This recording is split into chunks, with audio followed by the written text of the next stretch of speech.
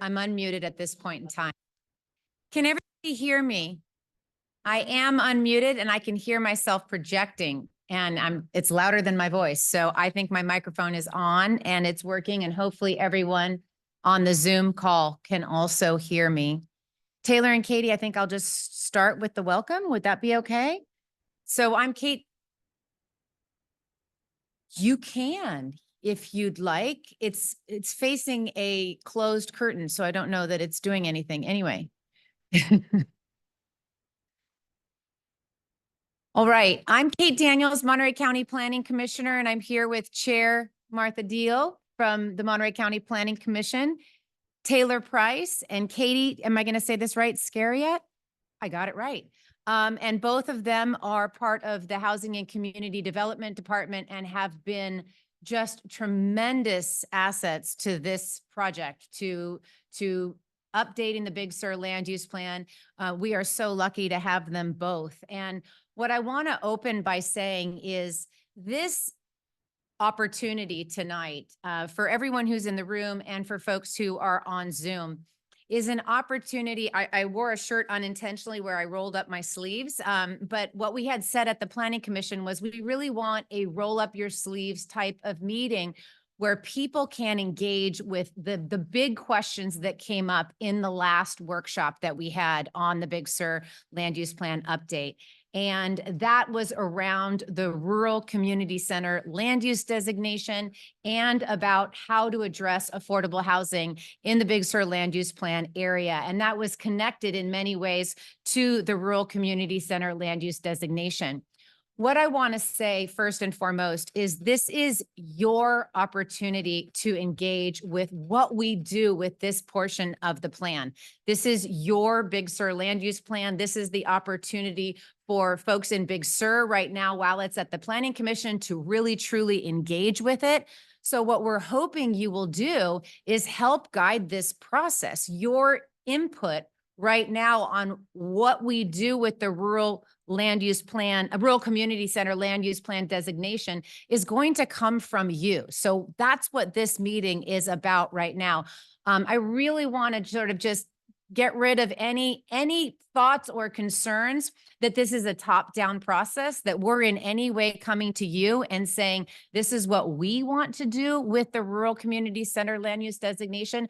That's not the case. As we have been doing this entire plan, we've taken information that's come in through public comment. We've taken information that came from all of the work that the LUAC did over many years, and we have been trying to distill it and incorporate it into a land use plan update with our guiding principle, which is minimal red, minimal changes. We want to be able to address the concerns that have driven the desire and the need for a Big Sur land use plan update. But we really want to retain as much as possible the original document for a couple really important reasons. And first and foremost is we really feel like any red on a page is opening it up to further interpretation and changes from entities that are outside of our control, such as the California Coastal Commission. So we don't want to create that opportunity, but we do want to address some of the needs that have driven this land use plan update. And one of those big needs is housing and the lack of housing and housing opportunities in the Big Sur area, and that connection to a loss of community, right? And so that's why that conversation is integrated in and connected to the conversation about the rural community center land use designation, because that's an area that was identified by the LUAC as an opportunity area for an affordable housing overlay. And it is an opportunity where there is some more flexibility in the current plan for opportunities such as opportunities like some flexibility with the critical viewshed policy, et cetera. So we're trying to get from you today at today's workshop what we would like to see with the rural community center land use designation in terms of the zoning and any potential zoning changes or expansion of that. Well, zoning changes is separate. I didn't mean to say that.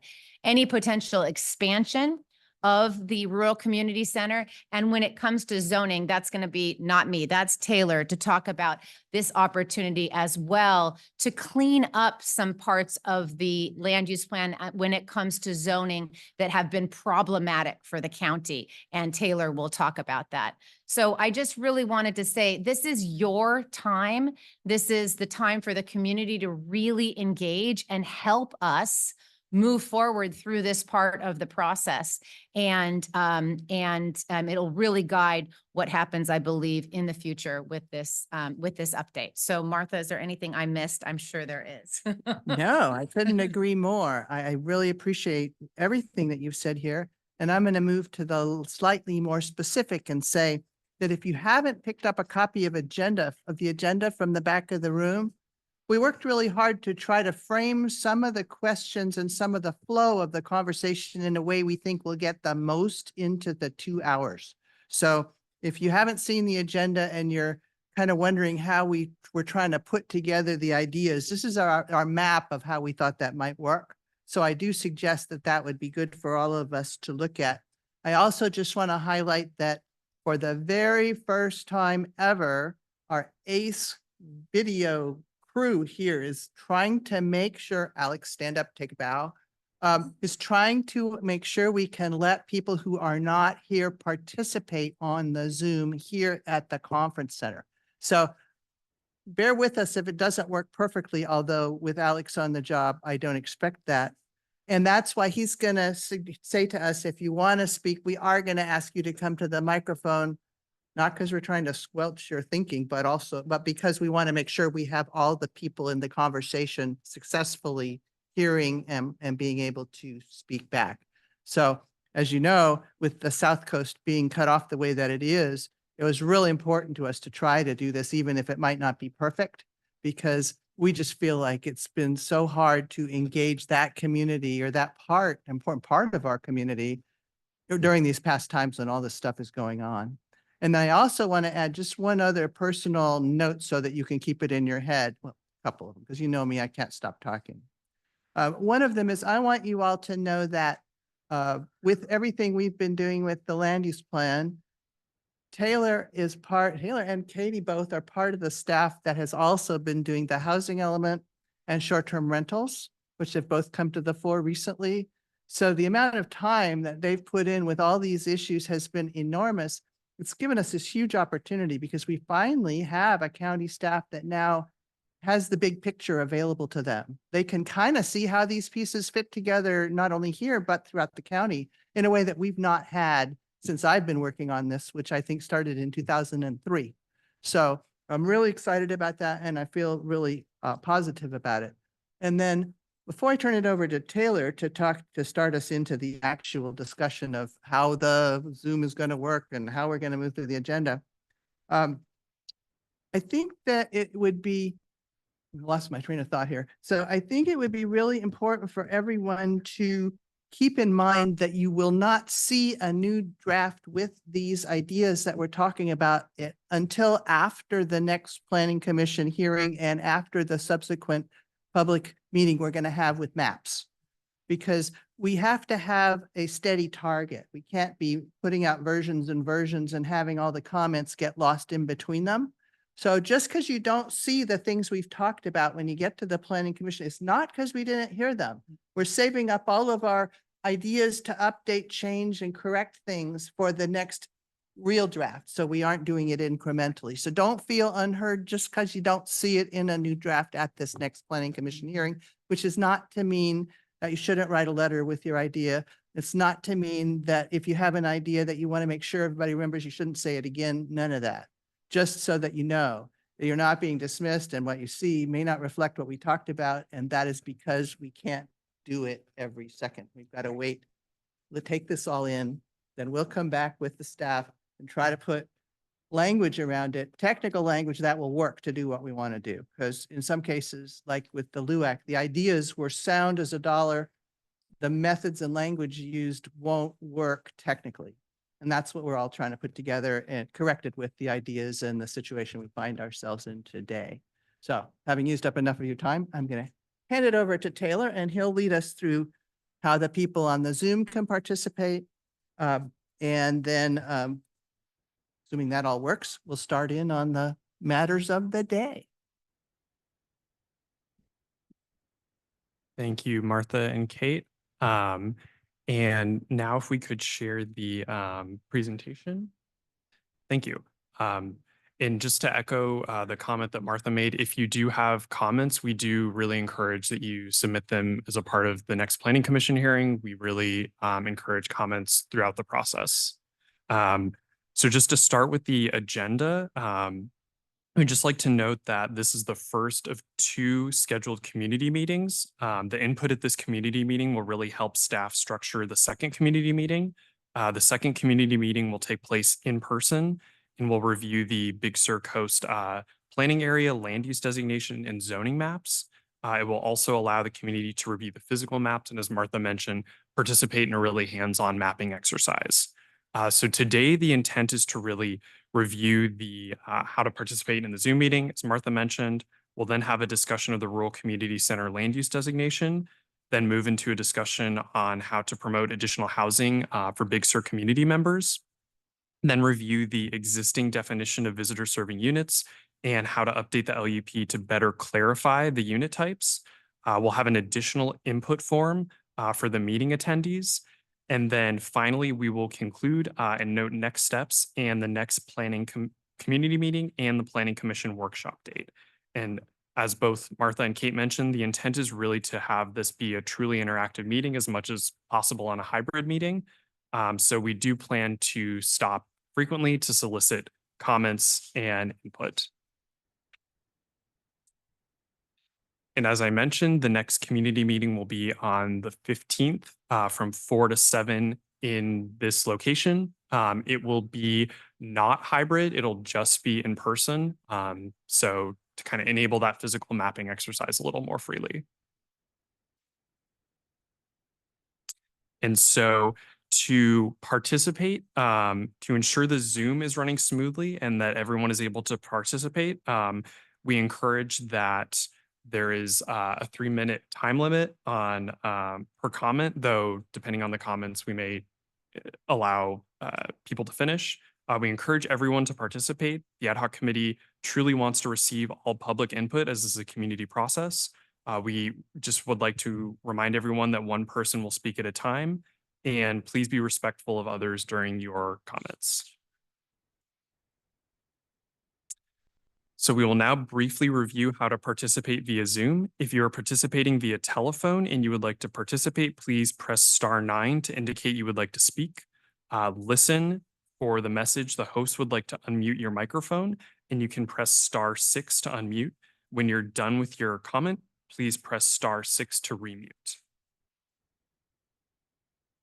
If you are participating via Zoom, please select the raise hand button if you wish to be added to the queue to speak. If you have other questions, please type in the Q&A, which will be actively monitored.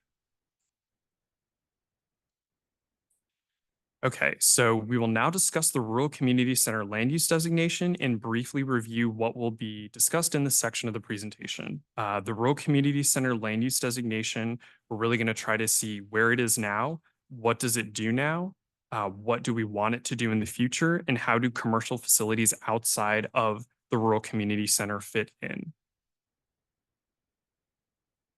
The 1986 Big Sur Land Use Plan designated the following 4 areas as the rural community centers in the land use plan: Big Sur Valley, Lucia, Pacific Valley, and Gorda. Staff would now like to review the original 1986 rural community center maps. Unfortunately, we can't do it via GIS, but we're going to do it via PDFs. And just give us a second to transition to the PDFs.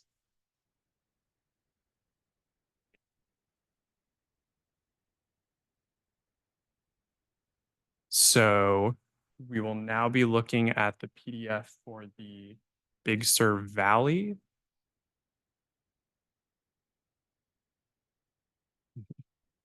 Okay, so and if we can zoom in a bit. So this is the Big Sur Valley North, and this is the original map from the 1986 land use plan. And so if you'll note the areas that are shaded kind of grayish, that is the northern extent of the rural community center land use designation.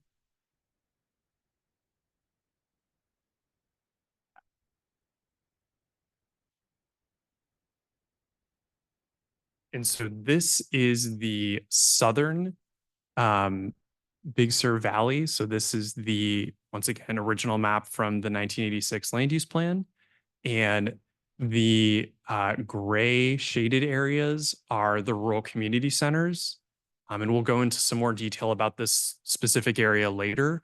But just important to note that there's a kind of some blobs on the ocean side of Highway 1, and those are inconsistent with the zoning currently, one of the many areas.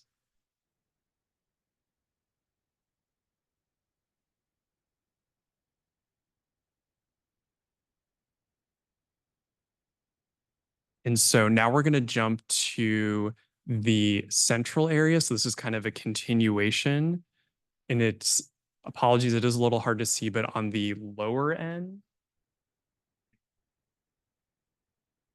right down there, those are the rural community centers. You kind of see the red. It's a little hard to see, but those are the red areas.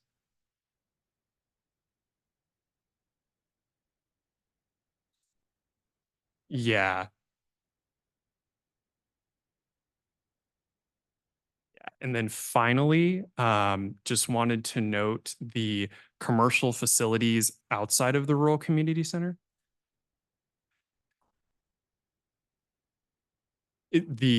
So we were unable to find the Gorda map, the original one. We do have that in our GIS though, which unfortunately we can't show today, but just wanted to be transparent that that map does exist. And we do have it in GIS. We just don't have the PDF here to share. Or the bandwidth, yeah, mainly the bandwidth, because we all have it in, and actually just to kind of follow up on that, there is a mapping application on the Big Sur land use plan update webpage that has all of these maps in GIS. So if you do want to go to the webpage and play with the mapping app, it has all of the land use categories as well as the zoning available. And it's just these maps in GIS. So it's much easier to play within the PDFs. And these areas are the commercial facilities outside of the rural community center. And so there are 4 of them. They are Westmere, Coast Gallery, and then, yeah, you could zoom in just a smidge. And then Rocky Point Restaurant in Big Sur, and is also Deetjen, known as Deetjen's. And so those are the 2. And then and then that's Coast Gallery and Westmere. So those are kind of the key commercial areas that were outlined in the original land use plan. And if we could switch back.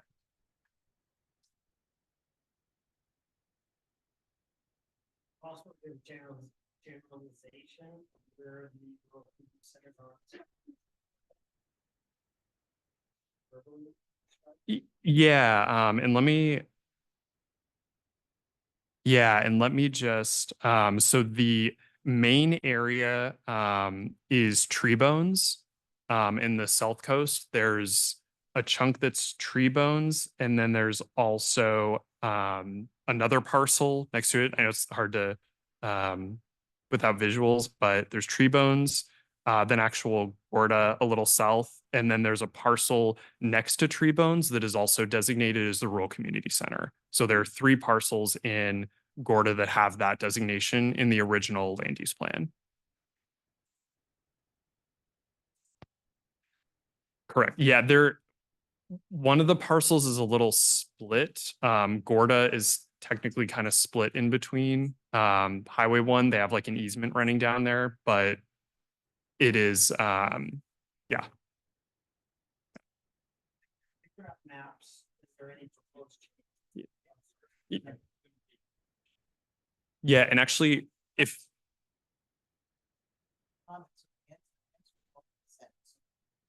If you want to go talk, you need to talk over there and Yeah, I was just curious if there's been maps in the land use plan update of any proposed changes to the rural community centers.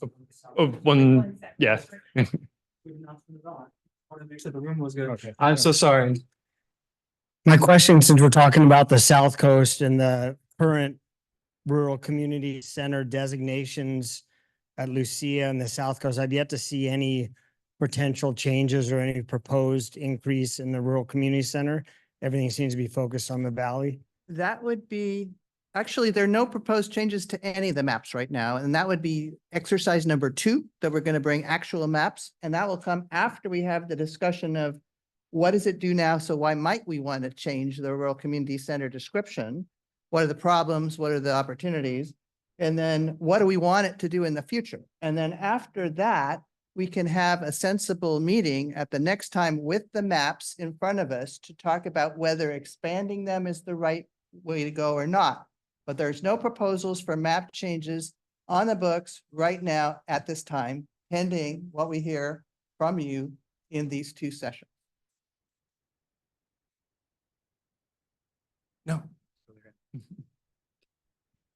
Okay, so now just getting into what does the rural community center currently do?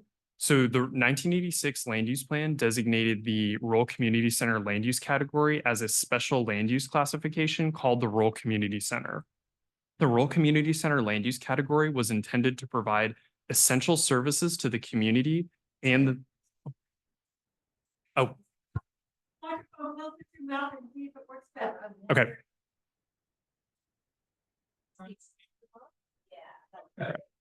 No, thank you. The rural community center land use category was intended to provide essential services to the community and visiting public and shall be permitted under careful design, siting controls. Siting controls is provided for in the county zoning ordinance Title 20. The 1986 Big Sur land use plan further details that in general, any use allowed in any zone is appropriate for the rural community center land use designation. There currently exists a discrepancy between the rural community center land use designation and the zoning districts. The rural community center land use designation has various zoning districts which create inconsistency and can impede projects that are allowed pursuant to the rural community center land use designation, but may not necessarily be allowed by the zoning district. Additionally, the Big Sur Coast Land Use Plan envisions that the rural community center zoning district would be implemented after the Big Sur Coast Land Use Plan was certified by the California Coastal Commission in 1986, but this additional rural community center zoning district was never implemented. Staff would like to acknowledge that the rural community center land use designation does allow for the relaxation of the critical viewshed policies and allows for increased density of development for visitor serving accommodations. But not unlimited. It also outlines limits to those allowances for relaxation of critical viewshed and relaxation of density. So it's not like you can do whatever you want at whatever density you want. It's just you can do a little more, and it is possible for something to be visible from the highway where otherwise it might not be. Yes. And I just want to add that we at the Planning Commission had firsthand experience with that inconsistency that Taylor just described. And that was when the application came before us for Blaze Engineering. And we were looking at the rural community center land use designation. And we saw and understood that what it says on the previous slide, any use allowed in any zone is appropriate for rural community centers. But then when we were looking at the zoning category, we didn't have that same opportunity. And so those are the kinds of inconsistencies that Taylor's talking about that we have the opportunity to address if we want to in this land use plan update.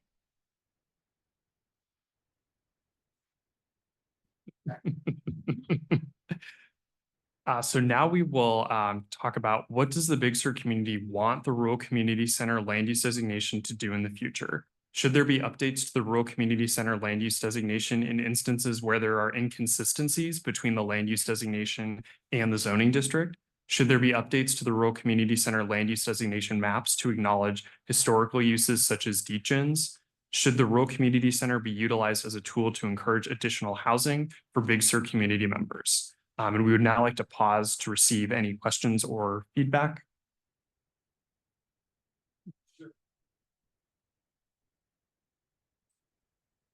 So I have two thoughts. Henry Miller Library is not listed on there anywhere either, and it currently exists. And you have to think of it as a business. It is a bookstore, for instance. The second one is when you were reading, and I was looking at the words that community center is for community and visitor serving.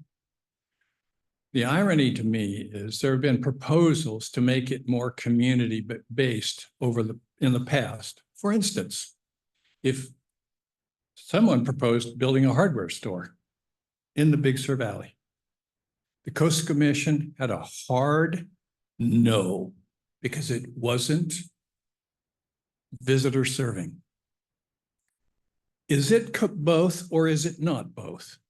So the language says it's community serving and visitor serving, but the action that's done rejects the idea that the community should be served. I mean, think about it. If we had something of that nature here, there would be less traffic on the Highway 1 between the Valley and Carmel. So just a practical point. But stay there for a second and tell me from there, yeah, you outlined exactly one of the issues, which is that there was clearly not enough direction to allow that choice to occur. I'm hearing you, although you didn't say it, is you think that it should. Should we clarify that? Is there something we should do about it? What would you suggest we do based on that experience?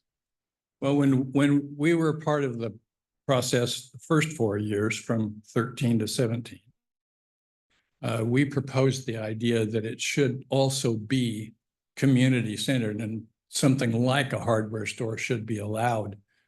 Maybe even a little bit larger grocery stores in some of the locations where the groceries already exist. But I don't have language for that. I don't know what the technical language you're looking for is, quite honestly, because we spent 4 years wrestling with that with staff present.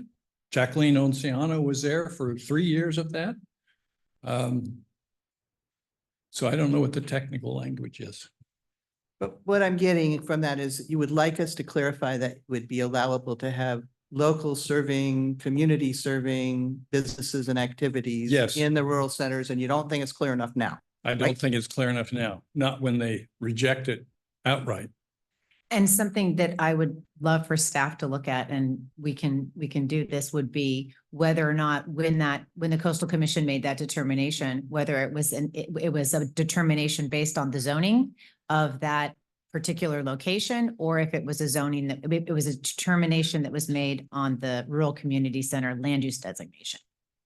I don't know the answer to that question. I wasn't around when that was proposed, so. Yeah, it's all that kind of nonsense. We want to take your idea and run with it. Welcome. Before you say, I just wanted to remind people on Zoom, now would be a good time to put your hand up so we can get started with that as well. I just have a question to something you said, Martha. You said that if you expand the rural zone areas, it allows for some view shed violations basically, and density, housing density, but you said within limits. What are those limits? Whether or not you expand them, the rural community center land use designation allows for some different treatment of the critical view shed. It's the one place that it does. It also allows for some different calculations of density. Density is in the Big Sur land use plan. You kind of have to read it because it has to do with the cross slope equation, depending on how much area you have in your parcel, how much of it is various slopes multiplied by something divided by something else. I saw that. And so once you do all of that, then you get a chance under the rural community center to do more than you would be allowed to do if that parcel wasn't in the rural community center. But it's just that number amount more is described in the land use plan And it's relative to the size of the parcel as well as the other limitations we have on, particularly on visitor serving uses, but on any kind of density. So you can do more, you can't do an infinite amount more. It is something you can figure out in this equation that I, for one, have to look at every time on paper. But it's not a lot. Okay, thank The you. density that it allows, turns out when you look at the slopes and land and all, it's not a huge lot. Well, I looked at some of that and because the slopes are everywhere, so that kind of, yeah. And that's part of the thing about saying, well, we might relax some visual protections in the designated areas because we want those things to be on the flat, which might not be very much of the ground, you know? Hi, Steve Beck, local resident. In the land use plan, under commercial, which is really where it talks about rural community centers, number 3 says, commercial development shall carry out the rustic character of Big Sur, both in size, scale, activities, and design. That's number 3. And number 4 says, large-scale commercial facilities that are unlike the existing character and size of facilities in Big Sur shall not be permitted. Well, we lost that one. No one in the world could compare the River Inn or the Big Sur Inn to Ventana and Post Ranch and say, yeah, those are all the same. I mean, in scale, in size, in product, in all ways, those are vastly different. There's one other thing that's always bugged me, and it's just wrong. And that's number 7 in the same section after those. This is in the existing plan again. Existing commercial facilities are encouraged to expand and improve existing buildings as a desirable means for meeting growth and demand. That's wrong. When you try to meet growth in demand in Big Sur with supply, you increase demand. If we added 5 more motels, we would fill those 5 more motels and have 5 times as many people looking for motel rooms. So, the idea of encouraging existing businesses to expand to meet demand, it doesn't work. Well, it's page 83 and 84.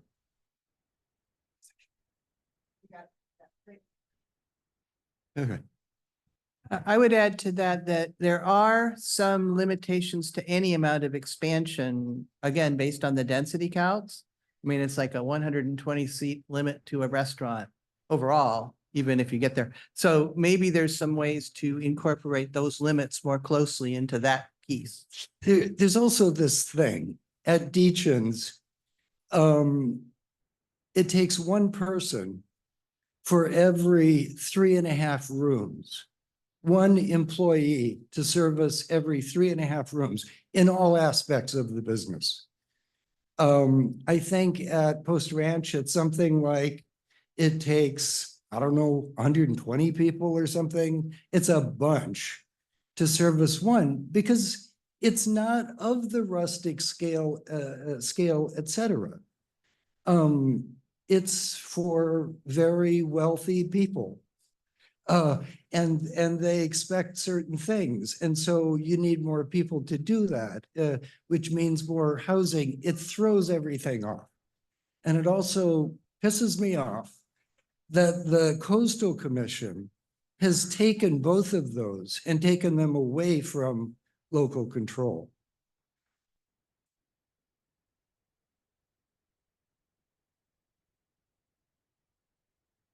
Hi, Rick Aldinger. I might not know enough about this, but I think I have a little bit different perspective on the community serving part of this than maybe you do, Dave. When I look at that, I'm thinking and again, maybe these are accounted for elsewhere, but the health center, Captain Cooper School, other education, the public library, things of that nature. I'm not thinking of a Safeway, a grocery store, a grocery store, a hardware store. I think we need to be really careful there. That's a slippery slope in my mind that we end up doing some things that might make sense at first, but at some point we've lost the character that we've all been accustomed to, that we enjoy and love about being part of this community. And so again, I think we just need to be really careful about really clarifying what does community serving mean and how do we want to regulate that? So what does it mean to you? I mean, are you thinking that something like if someone were to propose completely hypothetically, a hardware store, is that something that would be right out? Or you think that some part of it might be okay and we should look for that kind of compromise? What do you think it should mean? In my mind, it's a hard no. And again, because, you know, you can justify any number of types of community services that would certainly make things more convenient, might cut down on traffic. And I think as far as traffic goes, we might be barking up the wrong tree with what kind of, commercial enterprises are here. And so, you know, in my mind, yeah, it's a pretty hard no on things like that. You know, would a pharmacy be a great idea? Well, for a lot of people, sure, it would. But I see that the same as a hardware store, a grocery store, a veterinarian. Wouldn't that be nice? Sure, we can go on, and pretty soon, again, well, we allow that. Why don't we allow this? And pretty soon we're living in a totally different community.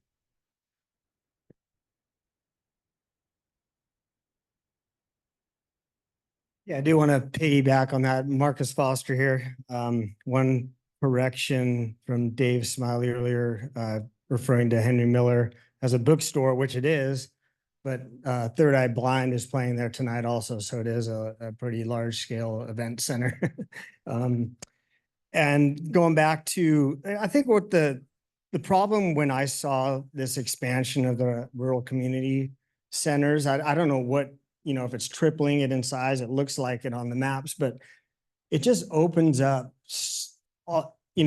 Marcus, stop. If there was a map that said that, it was a concept that somebody suggested, it is not under discussion at this time. Don't defend against something that's not there. Help us build the thing that we want. Okay, the rural community center should not be open to Title 20, which basically opens it all up to commercial activity and anything, hardware stores, grocery stores you mentioned. We don't want that here. That's part of living in the country. And part of the charm of Big Sur is doing town runs. If you start adding all this commercial activity, it is going to completely change what Big Sur is, its character, its beauty. So, I think that's where it's gone is this is really this proposed expansion is for housing. Can we just make it that and nothing else is allowed? That to me would be the best option and not put this fear of commercial expansion in Big Sur. And I will just say here, although we're going to discuss it more later, that we had, again, a staff glitch where we had change in lawyers. The first lawyer said, no, you can't do an overlay. And the second one says, sure, you can. So that is back on the table after being taken off the table at this time as a possibility. And we'll discuss what that might look like and whether it should be the same as rural community centers, whether it should be totally different, what kind of things should be appropriate there a little further on. So yeah, we get that. Hi, I'm Carol Shadwell. I came to Big Sur in testing in 1957, and my parents have owned a business in Big Sur that is visitor serving. And what I knew from when I was little is that we went to town to things. We went to town for everything, basically. We do town runs. And just as Marcus and Rick have said, Big Sur is not a convenient place to live. And I have to admire everybody who tries to live here. They're so passionate, they'll do anything to live here. But I don't quite want to address the housing issue, but it's more about the idea of visitor serving businesses didn't used to make sense to me, but now they do. Yes, they can also, my little general store serves both. But if you start focusing on, like Rick, I think said, if you focus on community serving businesses, it's a slippery slope, just like he said. He used all my points that I wrote down. So I guess I'm just being redundant. And thank you, Rick, for making all those good points. And you too, Marcus. And I'm just going to reiterate that redundant is good. Like redundant is good. We really do want to hear from you, and just wanted to point out from one of the previous comments that the rural community center land use designation exists now. It is a policy in the plan, and really, I really appreciate what I heard, that, you know, it sounds like how a housing overlay, which Martha said is back on the table, is another way to go. But redundant is good. Please, this is where we want to hear where people are and what you think. So repeat it as many times as you have to. Well, and also you're not just talking to us, you're talking to each other as well. So you can all hear what other people in your community have to say about these things and understand that it's sometimes there's more than one opinion, and there's somebody's not going to get what they want. And we're going to try to thread that needle as best we can, sticking to the principles that we think are most important. But you're not just talking to us, you're talking to all of us here out in Cyberland. All right, Trey Crop. I was looking at the maps from 1986, and there's definitely businesses on there that need to be added to the rural community center, like Compost Ranch Inn.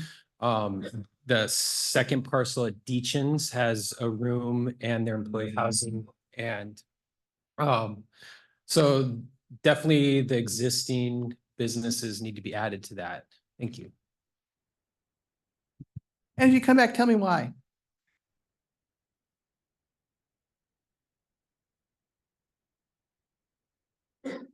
So they've grown.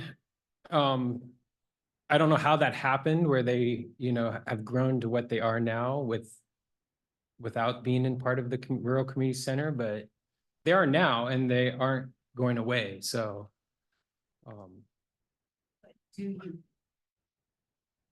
But do you want to afford to those areas all the benefits of a rural community center or not? I mean, that's really what we're here to decide today. yes, totally. I think this community would like to afford those existing businesses. And then we need to be careful about properties that are residentially zoned and adding them as rural community centers with just the ability to open up. It's great. You could say you could put employee housing there, but if someone wants to come in, a corporation from New York, and say, hey, we're going to actually build this into something different than employee housing, they certainly can once that's changed. So I think we just got to be careful of. My puzzlement is that if something is existent it was found, however this happened, to be acceptable under the current plan and isn't in the RCC, if you put it in the RCC, it has an opportunity to further develop. And that's what I'm asking. Is that what we're looking for? Is for more opportunities for these places to grow beyond where they are now? Well, they should be able to grow to a reasonable, like Steve pointed out, you know, if they should be allowed to grow as long as they stay rural and rustic and in the Big Sur character.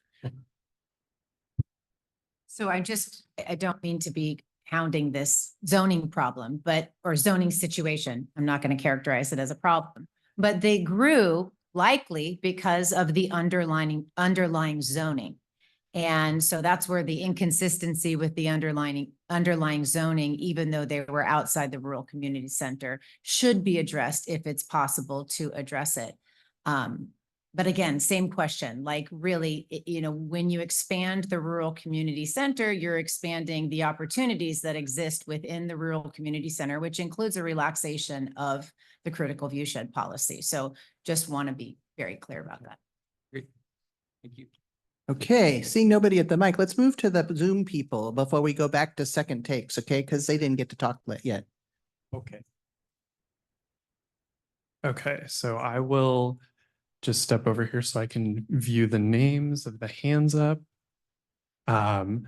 So Marty, you are currently being asked to unmute. Can you hear me now? Yes, thank you. Oh, good. Sorry, I don't think there's a video option, but okay, then I'll just continue speaking. Well, several issues I want to address. One is the nature of the rural community center, and as it is community serving. My memory is that in the 60s and 70s, the village area hosted a family store, a laundromat, and a garage with a mechanic service. So that was a viable community serving commercial operation that worked just fine. And then the fires and the floods tore out the building, and it's has since changed uses. So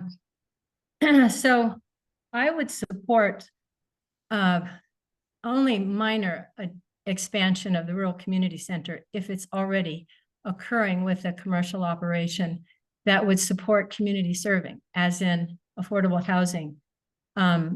As you've seen with Ventana and Post Ranch, they've been able to develop considerable staff housing areas that serve that area. And I would support other commercial operations to be able to have that opportunity to put in, if it's on a slope or some area that's, you know, flatter, maybe do a 2-story, you know, where you could have multiple units, and that would encourage more of a community.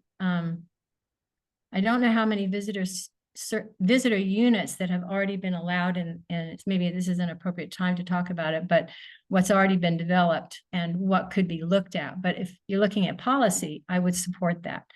And preserving the residential areas that would not be expanded for like VRBOs, unless they are very specifically connected to Highway 1 or next to a commercial operation. Yeah. Thank you. Thank you. If we could now unmute call in user _2. You should be able to speak. And since you're on a phone, just to remind everyone, if you're on a phone, you can press *6 to unmute. Hello? Hello? We can hear you. You can hear me? Yes. Yes. Hello. My name is Jeannie Ford, and my family has been in Big Sur for 4 generations, and parts of the family still live there today, and it's my primary home residence, although I'm not living there at the moment. And I am in a process of reviewing the updated LUP, and I haven't gone through it, so I'm still getting up to speed with this. I wanted to thank you for having this meeting, and I am very opposed. I'm on the hard no side of expanding the RCC in size and also in definitions of what can be put there.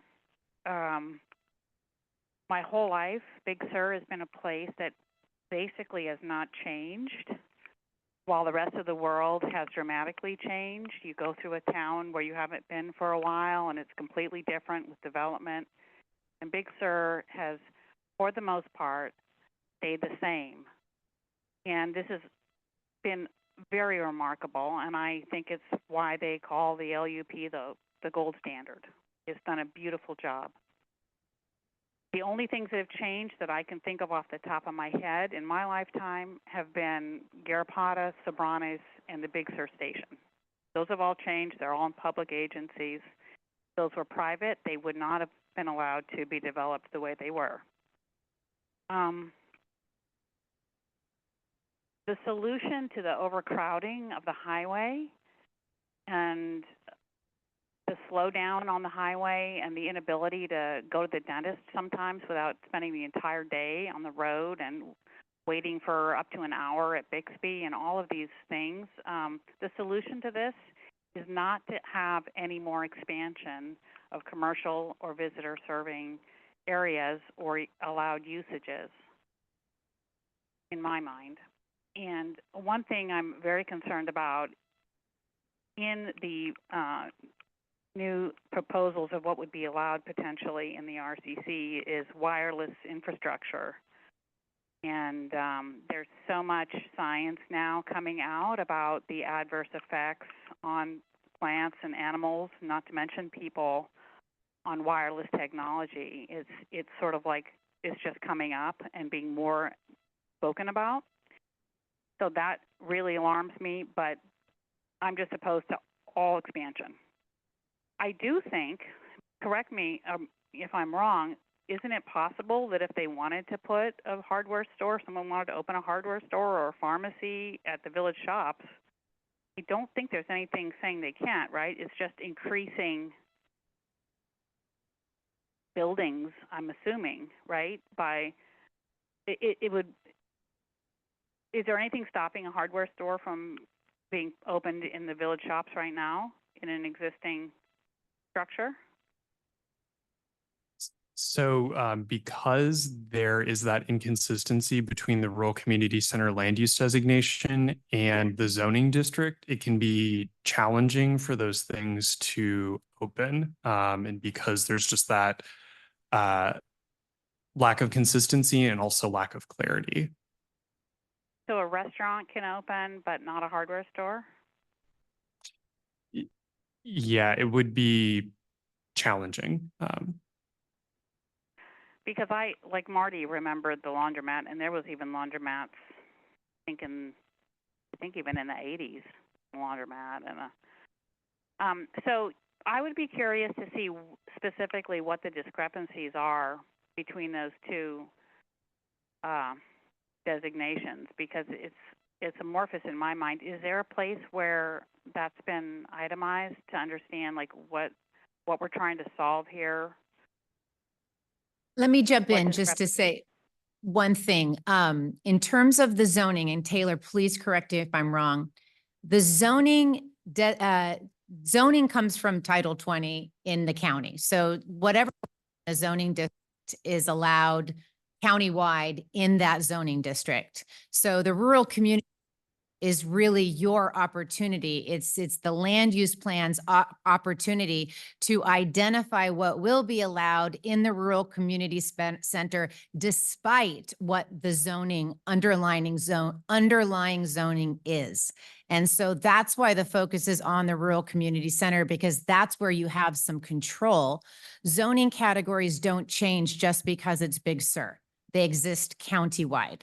And then I just want to say super quick, I've had a migraine all day, so I'm sorry I'm not myself, and I wish I was clearer. Thank you.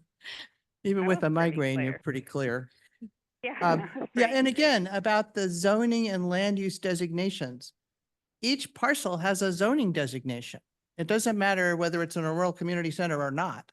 And some of the parcels that are in the rural community center land use designation are zoned commercial. Some of them are zoned visitor serving commercial. Some of them are zoned watershed and scenic conservation, but still within that land use category called the rural community center, which says anything that's in any allowable zoning anywhere in Big Sur can be allowed within the rural community center. But then you run into the zoning, which says not, which means that should there be anyone who didn't like what you were doing, and I love my community, but there are generally 3 opinions from any 2 people on anything you want to do, then it makes it really impossible for anyone to have an expectation, come forward with the project and have an expectation that they're going to be allowed to do it.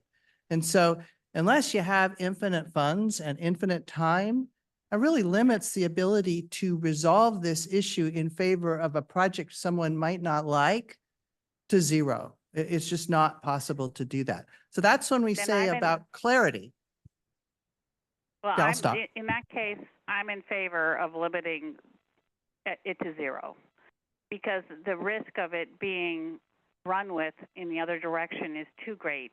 There's just so much money looking at Big Sur, and you know, the average person who lives in Big Sur cannot. It's never fair, like what happens. So I would say no to any expansion of definitions. I mean, we've done just great all these years. No to any expansions in size. I did see some maps. Martha, you mentioned that there hasn't been any proposed expansion. I do have some maps that I got from, you know, just the emails that get sent out. So I mean, I don't know if those don't apply, but they did show significant increases in the RCC zoning. So I'm confused about what those were, but I'm willing to not discuss them at this point if they don't apply.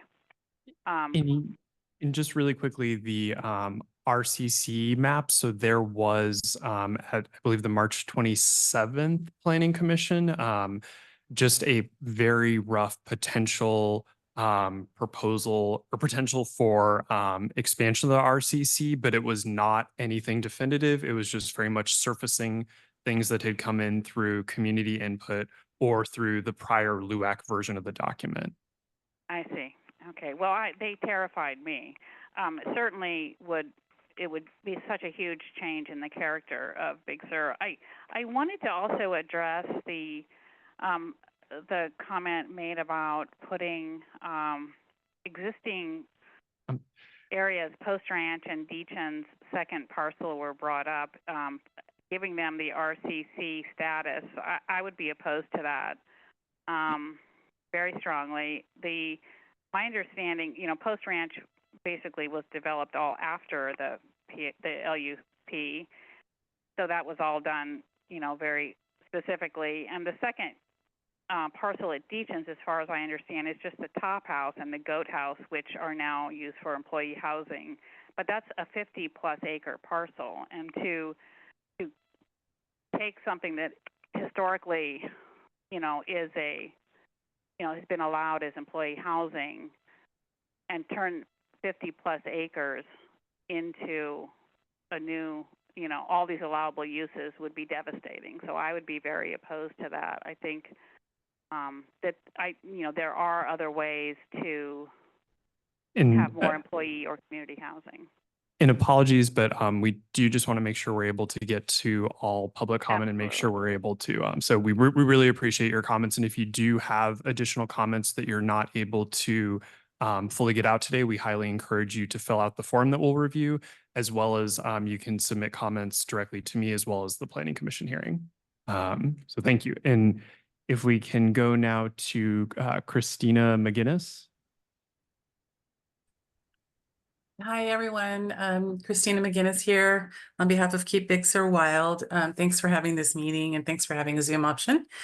First, I just want to say I concur, and this is redundant, but I concur with Rick Aldener, Marcus, Carol, and the last speaker's comments wholeheartedly. I think that opening up this zone district really is a slippery slope and a potential Pandora's box, and the potential for more commercial businesses to be added into Big Sur would really exponentially increase the number of truck traffic trips that would be needed to supply businesses such as a hardware store. Just think about that, the number of employees that would be needed to actually run the store, supply the store, all of those things, you know, and just the number of trips alone that would be created. I know that people are saying, oh, well, you know, having a new store would reduce people's town trip days, but I just think about the other thing as supplying and providing employees. I just want to interject that. idea. And it really has been the historic MO of people who live in Big Sur to say, okay, X day is our town day. We're going to go into the peninsula and get all of our supplies. And that's just the way it is. And that's part of the reason that Big Sur is so special, is because people who live there understand that they are in the rural area, as other speakers have said. So I just want to say that I completely concur with that sentiment. And I just want to also comment about the RCC zone district maps that were presented. And, a lot of people had great alarm at the scale of those. And I was relieved to hear Martha say that, those have kind of been taken off the table for now. And we're just listening to the community talk about what they want. And I know during that hearing that there was a comment made that, needs to be really a scalpel approach to how expansion of this zone district would actually play out.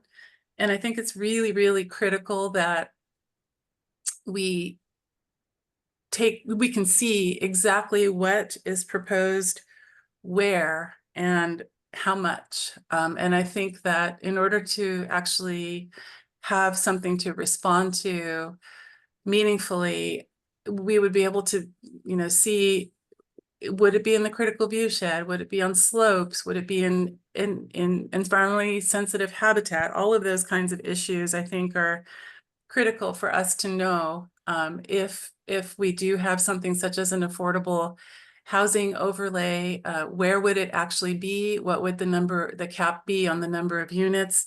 What would the parameters be on the affordable housing limitations? What would the percentage of affordable housing be as relative? Okay, could I just stop and say, all right, yeah, get it. What do you want it to say? And I'm going to add one thing is just Christina, you had mentioned, we want to be very clear. You want to know what is being proposed. We are not proposing anything to you. You are proposing it to us. And that's also going to be the point of the next meeting, where folks will be able to actually use the scalpel and propose some expansion or not. So it's not from the top down. It's your proposals that will be taken as consideration. Yeah. And just to be really one more step, the GIS maps are currently online on the Big Sur Land Use Update Plan. If you want to prepare for that, you can get your scalpel sharpened up just by looking at those maps, zooming in and coming up with some specific thoughts and guidance. And I know I would appreciate that. Sorry. And just one last point I'd like to make is that, the current land use plan does require employers to, have housing when they're expanding their properties. And I think that that's the best route to go, is just to require that, continue to require that employees supply housing. Employers supply housing for their employees. So thank you. Thank you. And I think there may be one additional with the number 1650. And if you're able to, hello? Yes, we can hear you. Okay, 650-315-8639, is that the number you're looking at? Yes, if you could please, we can hear you. Thank you. Yes, hi, my name is Mark Rancolas. I'm a new member of the Byways Commission. I also live at the entrance to Big Sur in Carmel Highlands, but right at the entrance. First of all, just want to thank Kate and Martha for being here today and being in listening mode. Do appreciate that. I just want to make a simple comment, which is I've heard a number of comments about development.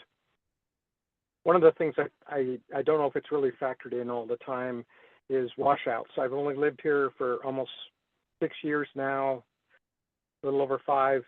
It seems like every year there's a washout of the main road. Sometimes there's 2 and people are stranded and helicopters are bringing in supplies so people can, make it until there's a way to get out.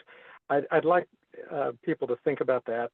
as we talk about commercial development, discuss commercial development, adding commercial development, because I don't think that these washouts are ever going to go away. I suspect they're with us forever, for a long time, and they may be getting worse if climate change maps are correct. So I just want to throw that comment in there.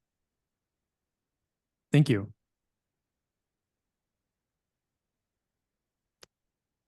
Okay, so now we're going to move to the Actually, I'm going to suggest, since everything is all pretty intertwined and we're short on time as we all find ourselves every day, every way, we can talk about, if you want to, about commercial facilities outside of rural community centers during this, but I'm going to ask that we start talking about housing, because that's a piece we haven't really had the conversation about, and I'd like to get it started. So when we look at the map, we can better understand the goals and desires.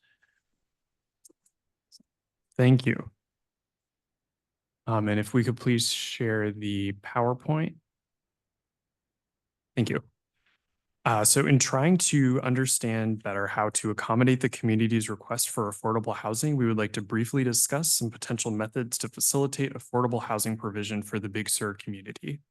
One method could be an expansion of the rural community center, which could allow for the potential for new commercial uses and affordable and employee housing options.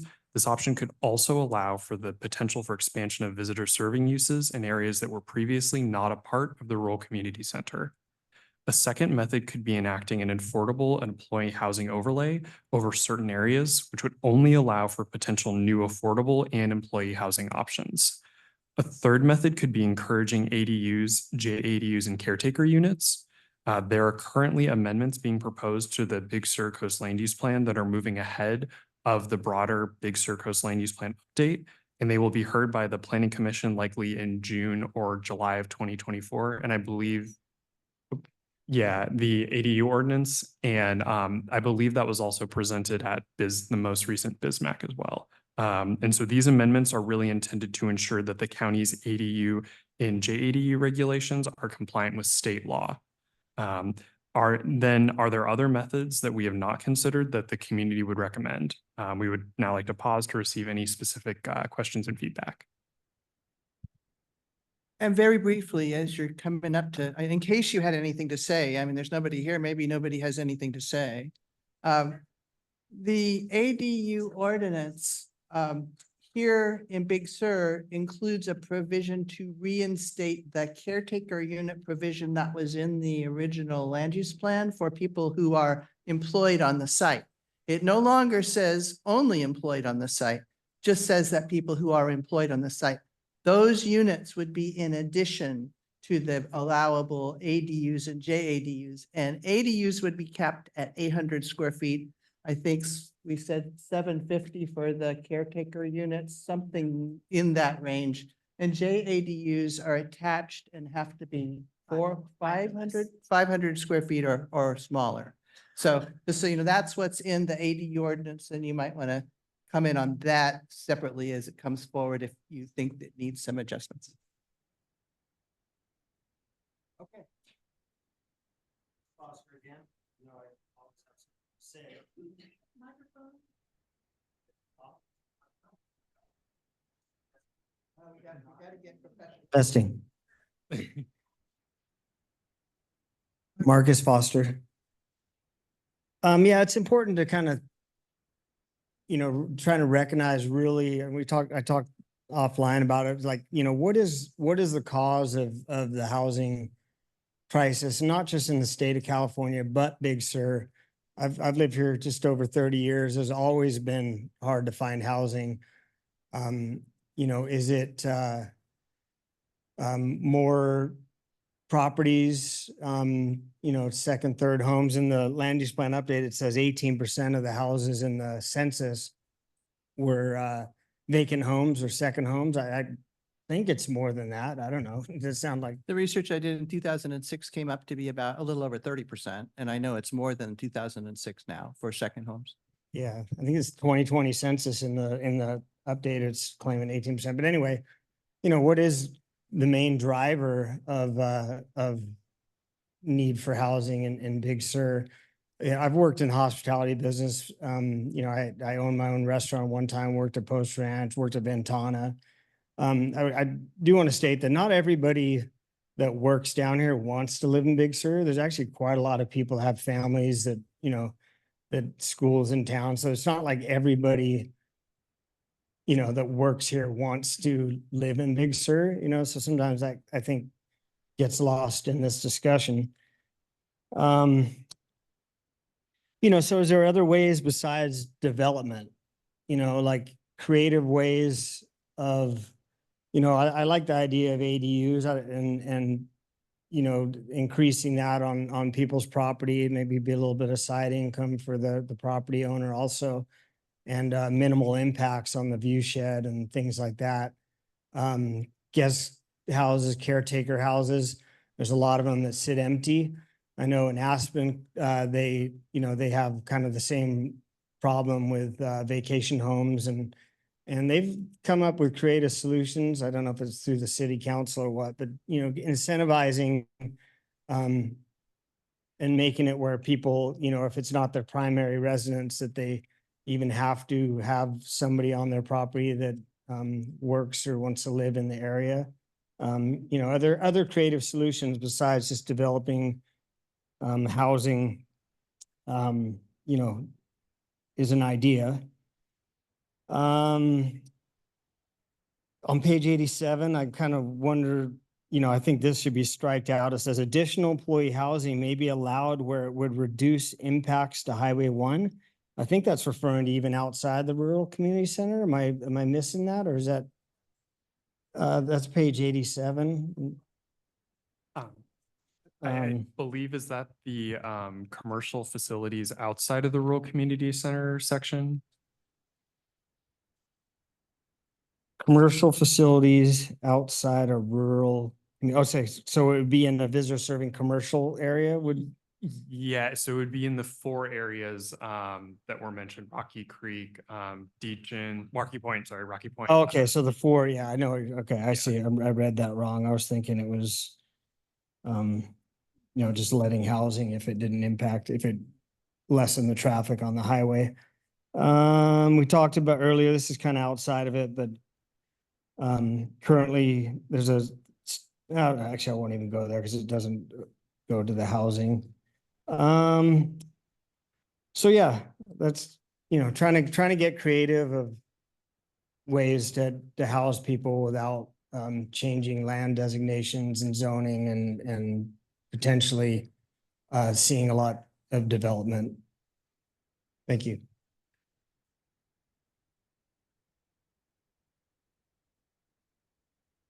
A couple of ideas. One is, I just think Big Sur is not made for short-term rentals.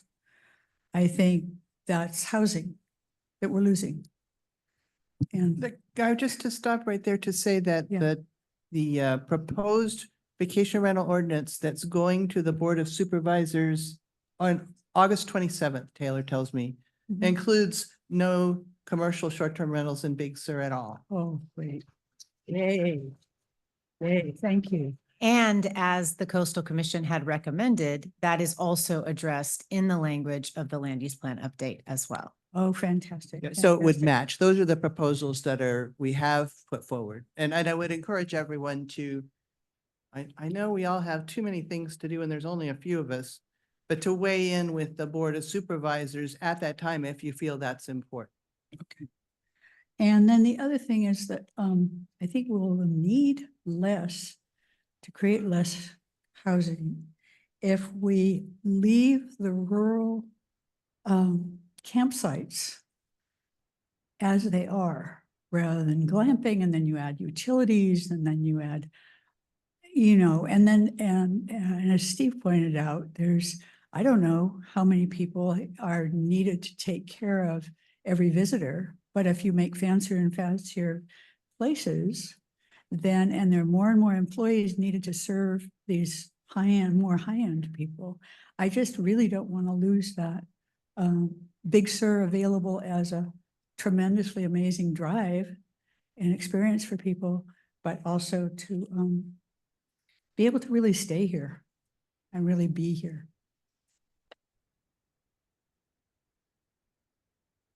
It's me again.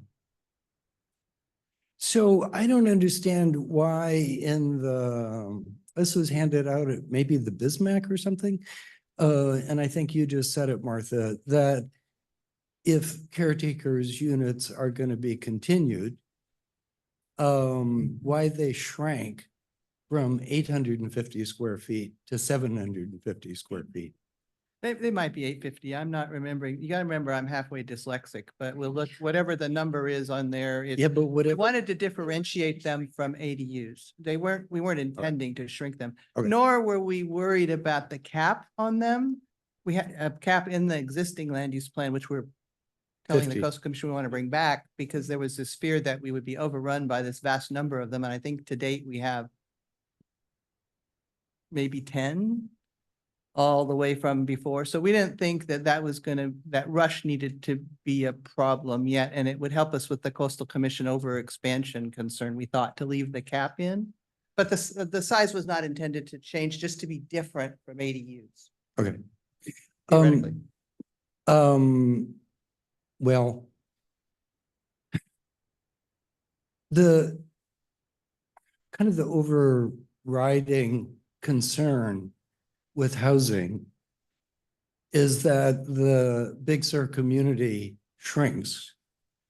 And so I know in the work that the LUAC did, you know, there were an employee housing overlay that people could, with adjoining property could, the business could use that.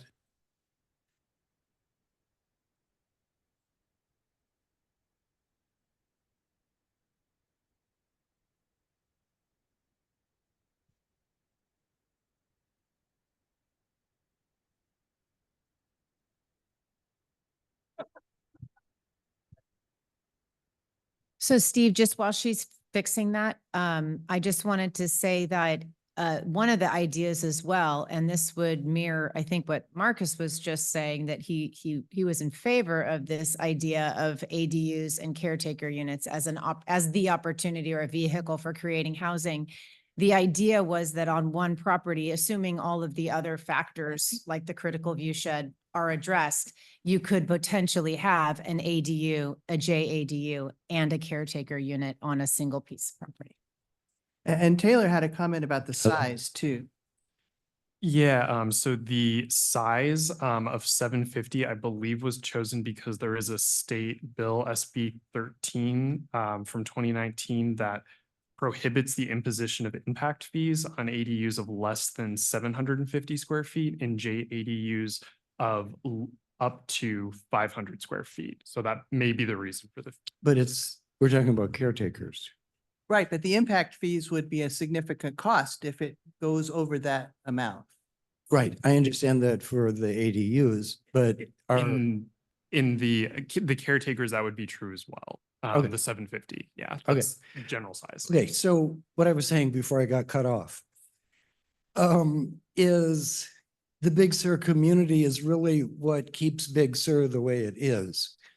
As Miss Newell was saying, you know, you drive down the highway, it hasn't changed a whole lot in the 50 years that I've been around. And that's because over and over and over again, it's protected by the people that live here. The people that live here aren't necessarily employees. Some are.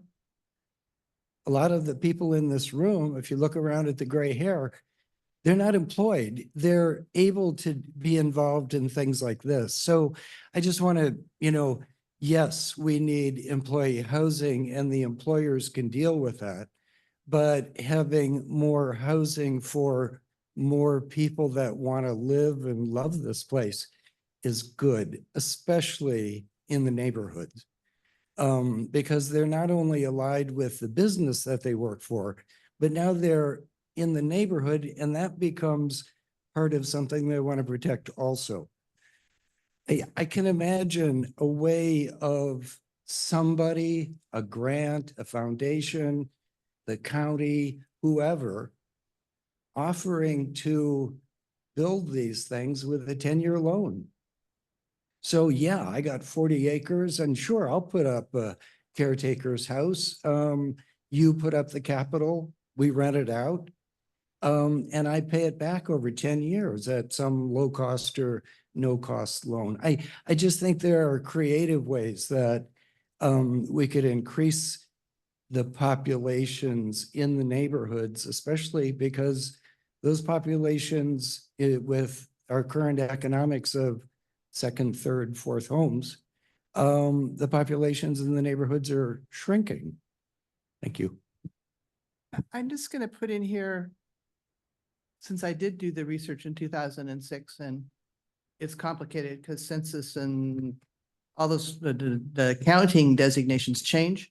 As of 2006, the perception already was there that the population was shrinking, but no data supports that. It's been essentially the same from the beginning of the census through that according to what we can count.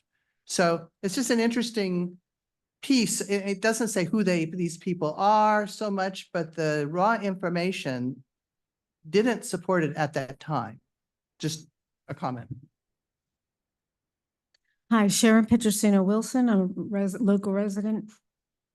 Because you've asked for our opinion on this, I would say absolutely no to expansion of rural community center.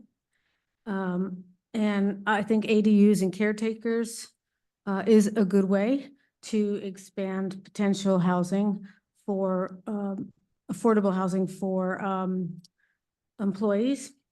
And I'm not really sure how I feel about the middle one. So I'll leave that blank for now. But whatever we do, I think there's other creative means. I mean, I think one of the biggest problems is exactly what everybody's been talking about. We have very rich people who come in here. This is their 5th, 6th, 7th house, not 3rd or 4th. And they're empty. They're all empty. And I have some friends in this community who are looking for housing now that work here. And they can't find it because there's empty buildings everywhere. So if there's a plan that Aspen has found or anybody else has found where you can require or strongly encourage those who have those houses to make some availability for employee housing, I think that would be a really strong benefit. And the final thing I would add is whatever decision happens, there has to be a mechanism to make sure those places stay employee housing. Because what little years I've been here, not very many, but I've seen already what was employee housing has now turned into a profit-making venture. And they're not employee housing anymore. So there's got to be some sort of mechanism to make sure that if it is employee housing, it stays employee housing.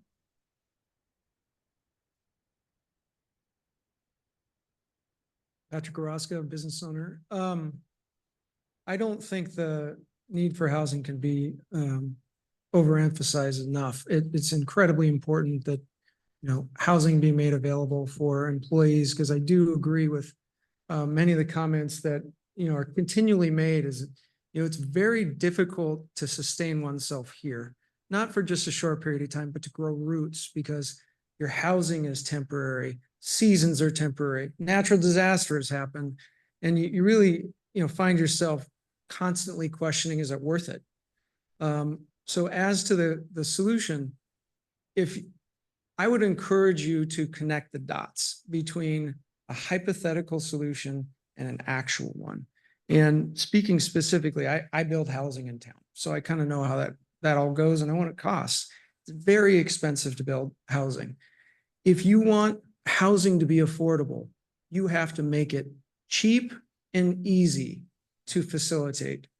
The only way to really do that is effectively first to take stock of the existing resources that are here in the community. People will willingly live in a goat shed if it's got a latrine and it's got, a place to take a shower and it's got privacy. There are people here that are choosing to be here choosing to navigate the realities of living here, choosing to live in a yurt.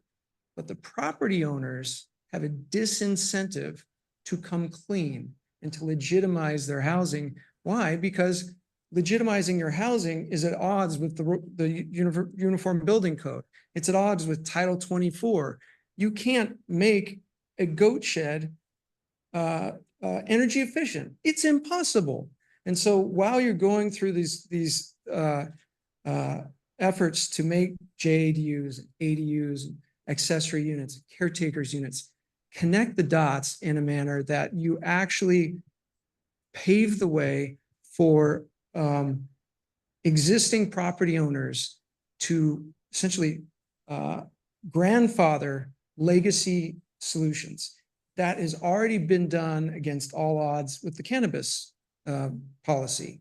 You know, folks that were effectively breaking the law are now given an opportunity to come clean, and the county helped facilitate that and destigmatize the aspect of coming forward and solving these problems. They made it faster. And so, well, in some cases, but all in all, I think that there are a lot of people here that have, you know, kind of hidden resources that they'd be willing to make available or already making available. But there's a disconnect between the building department, the health department, and the planning department that kind of doesn't ever really align unless you just throw a bunch of money at it. And that's really one of the primary problems with housing here in Big Sur. I'm going to step back and say, I absolutely agree with that. I think that the principle that resonates most with me is let's preserve and use all the existing housing that we have. It's kind of the low hanging fruit. I personally floated an idea that hasn't been vetted by anybody else at all, that we might, looking at the land use plan and looking at the limited housing supply, propose, if we can get legal to talk us through it, that any residential structure that can be shown to have been occupied when the land use plan was certified in 1986 be deemed legal non-conforming. And if we did that, my thinking is, and again, I don't know if it's correct, and I don't know if anybody wants to do it, but that would allow a legal non-conforming structure, for example, to apply for an ADU, because they would then be allowed that privilege to do that. Whether or not that's feasible, nobody's vetted it, nobody's nothing, but it's part of why I say I agree with the first thing, which is, I think several of you have said, if there's an existing house, let's try to get a resident in it. If there's something that's Big Surian and doesn't conform to the rules, not that there would be anything like that around here, let's find a way to incorporate it into the rules in enough of a way so that people don't have to break the rules to do the right thing. And back when I did the vision project, I don't know, I think Steve Beck was here, but most of the rest of you, maybe Rick was here. One of the vision points that the community came forward with was, we would like to not have to break the law to do the right thing. And so just again, that's an editorial comment and not speaking for the group or the county or anybody else. But if that's a concept that resonates, I'd be happy to hear it come forward from others. And I would just ask Katie and Taylor perhaps to look at the various pieces of legislation on ADU legislation, because I feel like especially in the first version, the first bill, there was a pathway to bring existing units into compliance. It was part of the original vision to make legal units that exist and that are being used as housing, perhaps in a way that's not currently allowed. And again, I would remind everyone that the ADU state legislation doesn't allow ADUs to be used for short-term rentals, for transient occupancy. It's not for that. But one other comment that I'll introduce, which I think is kind of the elephant in the room, is, you know, I've been the target and learned firsthand that there's a disconnect between residents and commercial interests. And it's a misnomer to say that, you know, our businesses are raking in the dough when the roads are closed or there's a washout or something like that. It is very hard and very expensive to break even in business down here. Now, maybe not post-tranche, but the county collects TOT whether or not we are profitable. There is a tremendous resource, and it's gone decades before, you know, we now just take for granted the fact that we're feeding the beast, but we're not really getting all that much in return. And so as as politicians, you have an opportunity to set policy of connecting, creating a nexus between the providers of that tax revenue and the beneficiaries of that tax revenue. And that's the other variable that can be brought to fore. There's lots of ways to subsidize housing, whether it's incentivizing a property owner to make it free, basically to go through the permit process, or prioritizing some form of subsidy for the people that don't drive from town to work, that get on a bus. There's many different ways of giving the money out, but the decision to connect those dots needs to be made first.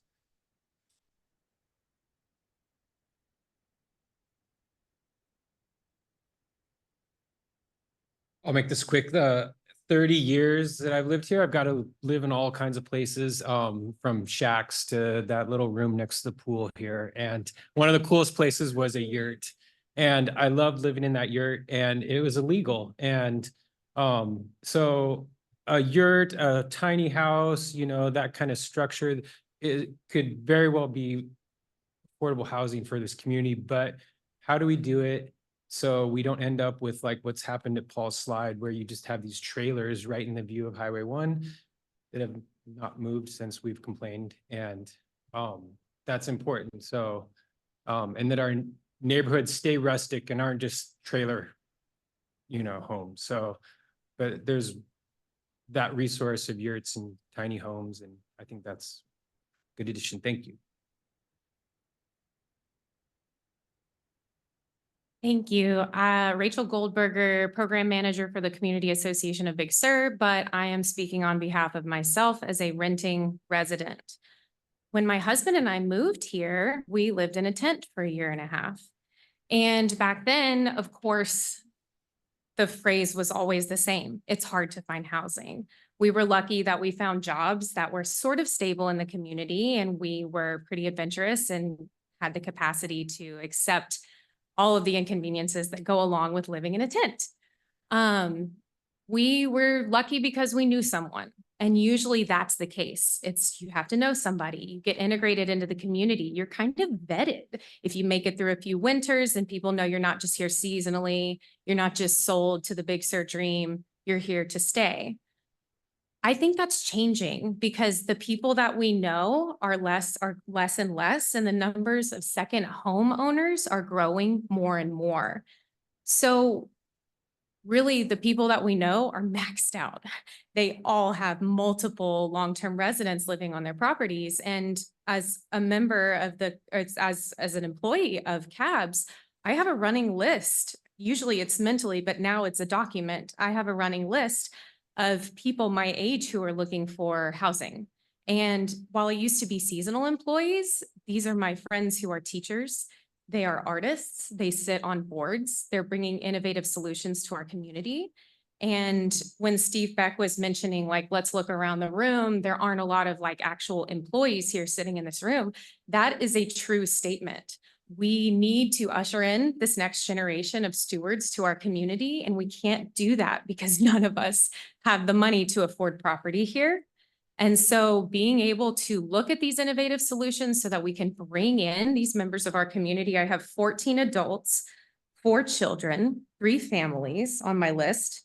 3 are teachers. We have musicians, community liaisons, 4 service employees. Only 3 of them work at these business facilities that provide employee housing. Of course, they would never be able to get into that housing because there are more employees than what's available. So I also wanted to point out at our meeting with the Coastal Commission, Tara had mentioned that her grandchild is in a class at Captain Cooper School that only has 6 students. So while maybe the population numbers of the census are reflecting that the population hasn't changed, families and younger people aren't able to stay here because we can't afford it. So now I'm just going to kind of move into some like basic solutions that I thought of. And one of them, what I keep noticing is when we're talking about this, we're talking about, the terminology is like affordable or employee housing, but of the 14 adults, 4 children, 3 families on my list, only 3 of them work as like official employees at those businesses. So maybe we need to change that terminology to community housing. Not that that's really going to change anything in terms of regulations. Another thing that I thought about were ADUs and how they would be rented out long-term only. And I think right now the definition of long-term is a minimum of 30 days. And so I would propose that we change that to reflect something a little more long-term than 30 days, say 6 months or 12 months minimum. I think that that would really keep more people here because it's really easy for some wealthy person to take a month off and just like be an artist in Big Sur for a month. They can afford that. And then the other solution that I thought of, I don't know how this would fly with the Coastal Commission and with zoning ordinances and density, but the employers who do have space on their properties to provide more dense housing for employees that don't impact the view shed and don't impact the rustic nature of Big Sur, that could be another solution. And the last one, what was the last thing that I thought of? I think that was it. I have a lot of stuff on here. Yeah, just, we really do need to consider the fact that, oh, that was it. Changing, no, that wasn't it. Okay. I think that's all I have right now, but I'm super appreciative of this forum and I'm really appreciative of the opportunity for us to grow this community, not grow the community, but continue to usher in these next stewards so that we can continue to protect our community. I just want to say that I know for a fact you're good at writing letters, and I would strongly encourage you to write down your ideas and submit them so that we do also have them on paper, and that's true for everybody. I just happen to know that Rachel was a good example of the one subject, one page, one letter on one that really came through so that you could direct our colleagues to something that was so that they could stomach. So that was really helpful. Thank you. And thank you for providing me the opportunity to think of the last subject that I wanted to suggest, which was, I do not support the expansion of rural community centers, but what I do support is this housing overlay option. So I think that that would solve maybe the Deachin's situation where, and even potentially in some of our other business owners situations where they want to be able to provide housing for their employees. And we as a community are scared that, hey, maybe these business owners are going to move out and somebody else is going to buy them out in the future and they don't have the employees in mind. And they're just going to build more visitor serving units or whatever. If we have this overlay, then we can keep that protected for residents or community members. Thank you. Hi, Laura Shulkin, the resident here. When I got online, no one had brought up what my concerns were, and now several people have, so I will be redundant because we've been encouraged to. My concern listening to the conversation about how to create affordable housing has been that the solutions have not been connected to the realistic possibilities of how we're going to actually create affordable housing in an environment where cost of construction is so extraordinarily high. And that we go down a road like, oh, we'll redefine RCC so that people can build housing there, but really what will end up getting built? And the concern both that it won't be a real solution because affordable housing can't be built new construction. And that's a question, can we really build new construction in Big Sur that will be actually affordable? And what are the steps that would actually make that happen?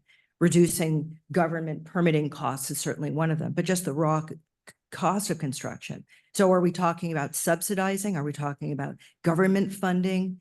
What's the real way that affordable housing is going to be constructed or created?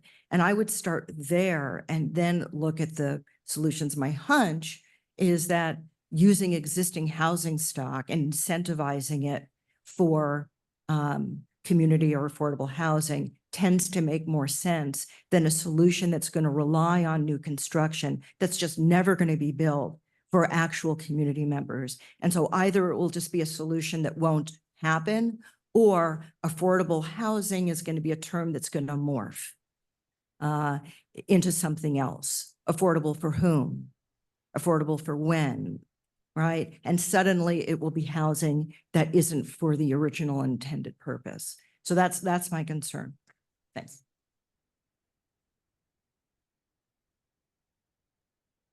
Redundancy here as well. Sorry. Heather Chaplin here. when Marcus was saying that some people just don't want to live in Big Sur, although they're employed in Big Sur.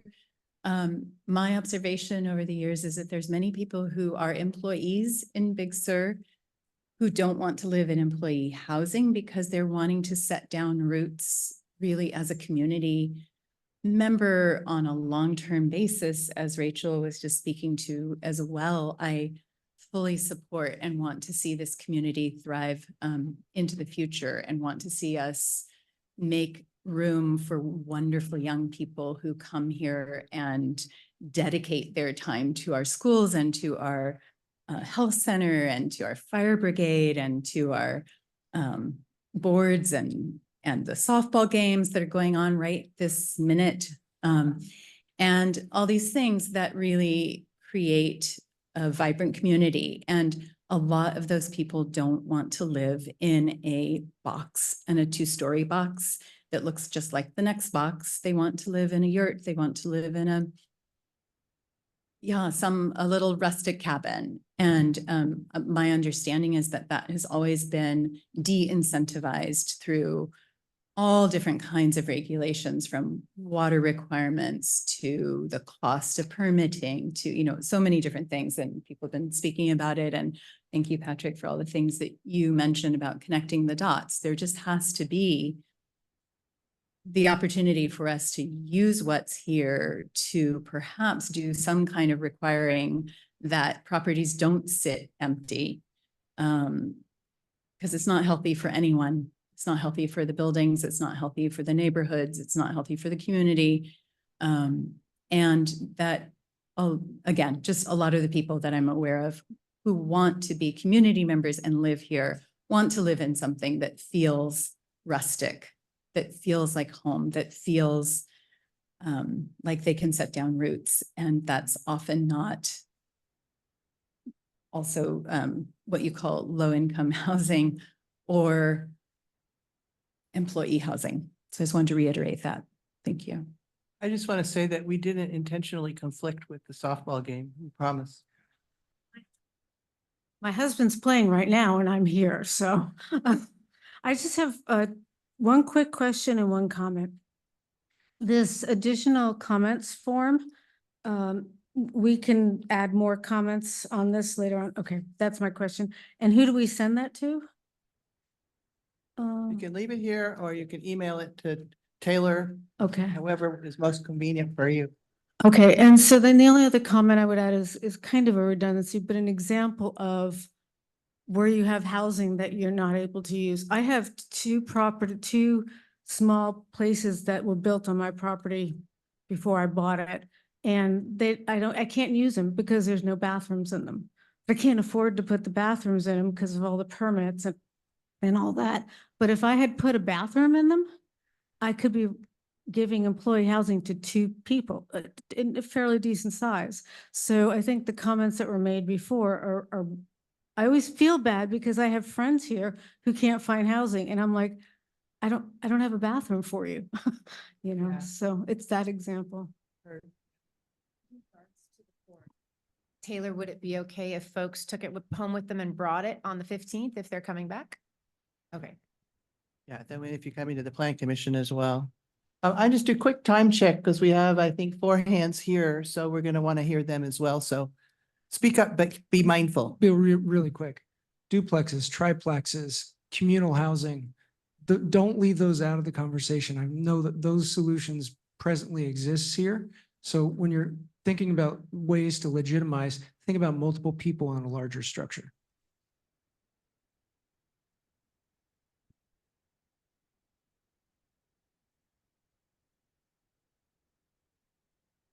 I believe we have a hand from Christina McGinnis. Hi again. I support the notion of encouraging ADUs, and we made that statement in our letter, our first letter to the Ad Hoc Planning Commission committee, as a suggestion in lieu of expanding the RCC zone district and an affordable housing overlay. So definitely support the idea of ADUs, and I very much support the idea of looking at grandfathering in as long as structures, as long as they're not damaging ESHA or things like that. So just careful parameters on how those would be grandfathered in.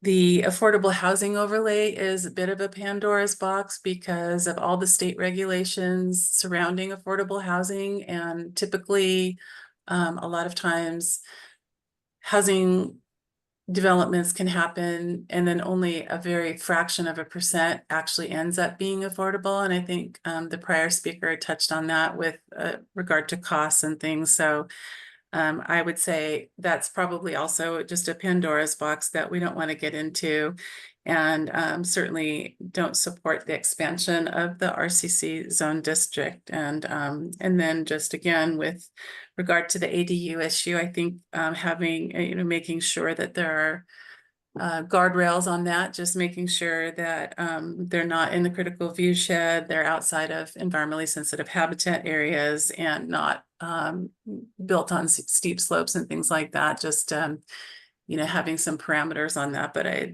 I think is the best solution. Thank you so much. If I may just say that again, please remember that this document exists today, that those guardrails exist, and we're not suggesting in any way that those change.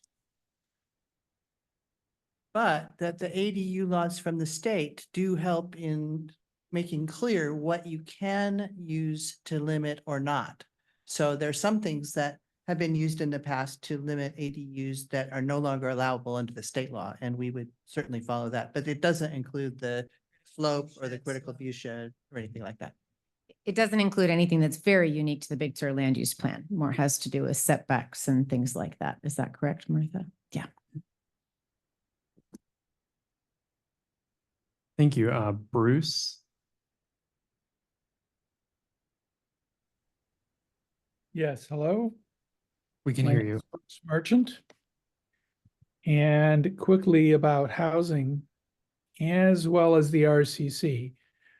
What are the limitations in Big Sur? The primary limitation is the road and its carrying capacity. And the earlier comment that increasing supply, which is to say visitors serving facilities, will increase demand and encourage demand is very true. And that's been shown many times in terms of whether it's visitor serving facilities or increasing the size of a highway, which cannot be done in Big Sur. Increasing supply does promote more demand. What is the need of Big Sur? The main need for Big Sur is employee housing, not more visitor serving commercial enterprises. So employee housing, caretaker housing, ADUs, these are good approaches to address the real need in Big Sur. The issue with affordable housing overlay is you are the experts. You know how the laws are written to allow that. And we will have to rely on you to make sure that when an affordable housing overlay is built, it is ironclad. And if it's not ironclad, you should not use that approach. And finally, because I didn't talk on the earlier subject, I'll just ask the question of how did non-conforming commercial enterprises like the Post Ranch Inn get built when they were not in an RCC? It's not an answer that you can probably give me now, but the issue is we should not expand the RCC to include non-compliant commercial enterprises. Thank you. Yes, so for Post Ranch, I'm going to speak broadly because I don't have the exact maps in front of me, but I believe Post Ranch has rural community, part of it has rural community center land use designation, and then part of it is zoned watershed scenic conservation, and then the other part is visitor serving commercial zoning. So there's that inconsistency.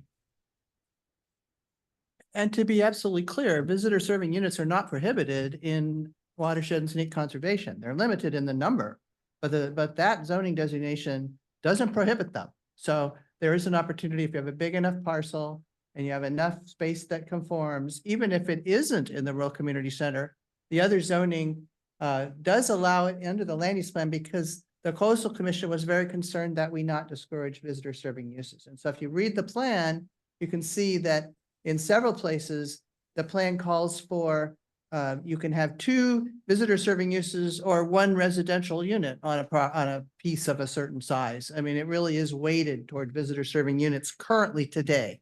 So it's really important to look at those kind of details in the existing plan because this is our opportunity to look at whether those are serving us as well as we'd like.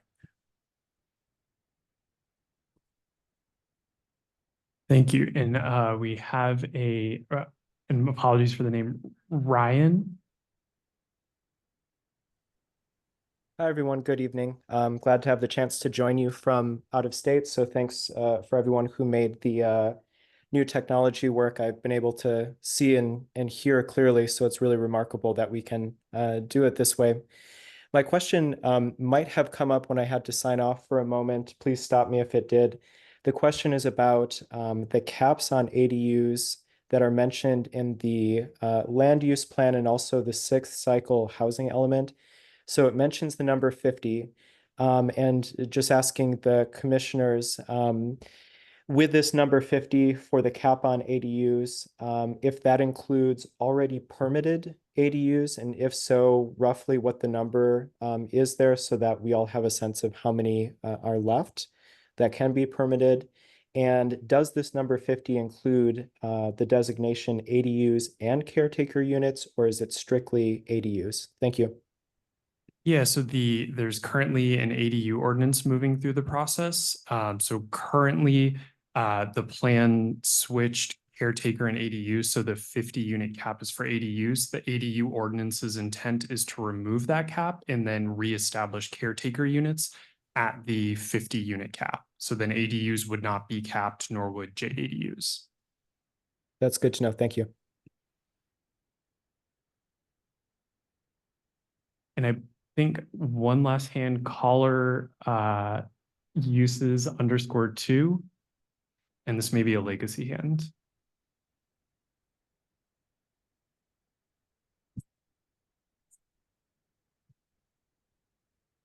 And if you could press *6 to unmute as well if you're trying to talk on the phone.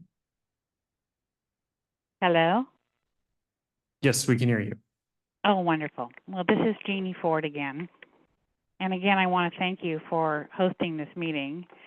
And I can see that you, the panel here is very well versed on the LUP. It's remarkable.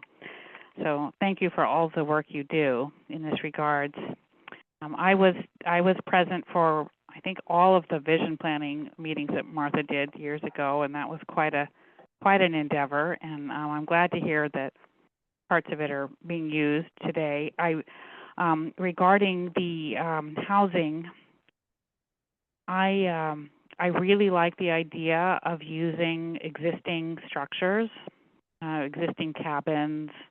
I'm very much in support of ADUs and caretaker units and JADU, which I didn't know what that meant before, but I'm taking from context that it means that it's attached to a home. Yes. I feel that those 3 designations or those 3 options really support community members in being able to live here. You know, there's so many restrictions in Big Sur, and they've just grown. So these would allow people who live here to actually have some income from their property. So I'm very much in support of those. And I think yurts, I think a yurt should be one of those options. They're fantastic. They're affordable. They're proven. Tiny homes. you know, possibly some of, you know, there's other options, but I'm very in support of that. I don't know if there would want to be a cap on them for no more than a certain number of these things on a certain property or sizes, or that can all be worked out. But I don't understand why there would be a cap on 50 ADUs or caretaker units, because if we need more than 50, go ahead. If I may just really quickly, so the cap on ADUs, there's currently an ADU ordinance moving through the process. And the intent is to remove the 50 unit cap on ADUs. And if I may, the cap is a carryover when caretaker units Okay. or land use plan became ADUs. The cap on caretaker units was carried over to the ADU category.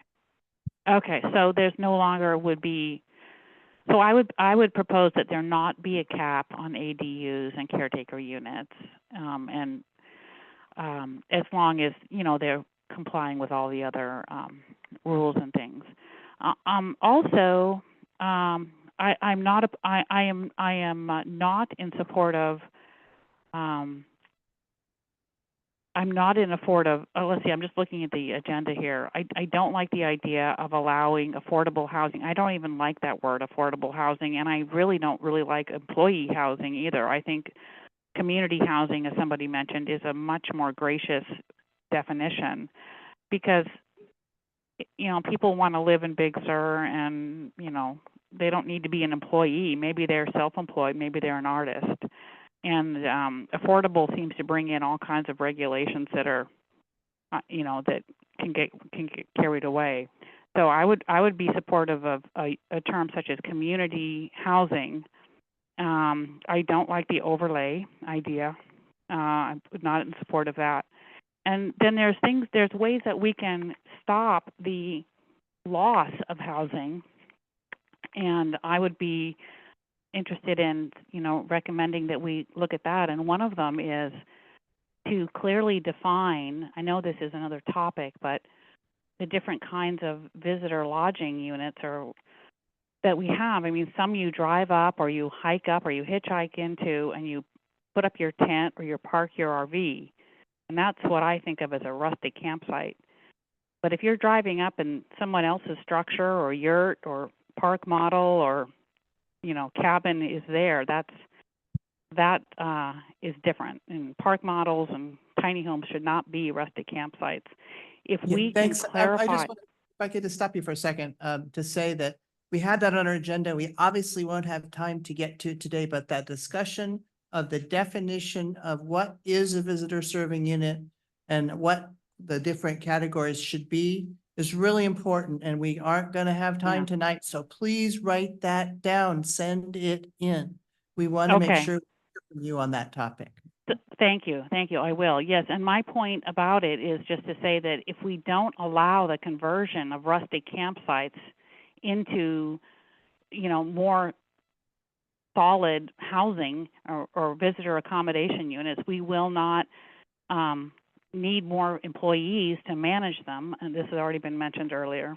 Another thing is, in my lifetime, I've watched public agencies acquire property that was private. And I know with Trust for Public Land, and I don't know about all of them, but they come in, and part of their responsibility is to remove all improvements. So they tear down houses, they tear down, you know, they get rid of easements where they can. And I, you know, off the top of my head, the one that comes to mind is the Willits property in the South Coast. There was 4 houses on his 80 acres, and Save the Redwoods bought it. There were families living in there. Their kids went to Pacific Valley School. That property was bought by Save the Redwoods for 2 times the price that it couldn't sell for on the open market for about 4 years.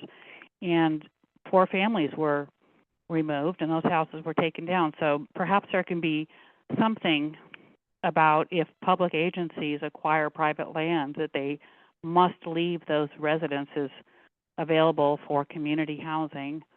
I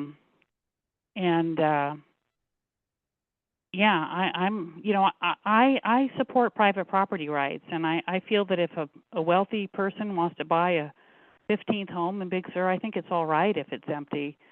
I know that may be not popular, but I don't want to encroach too much on our property rights. So I think that the ADUs really empower the local community to stay here, live here, afford to be here. So thank you for giving me the opportunity to speak.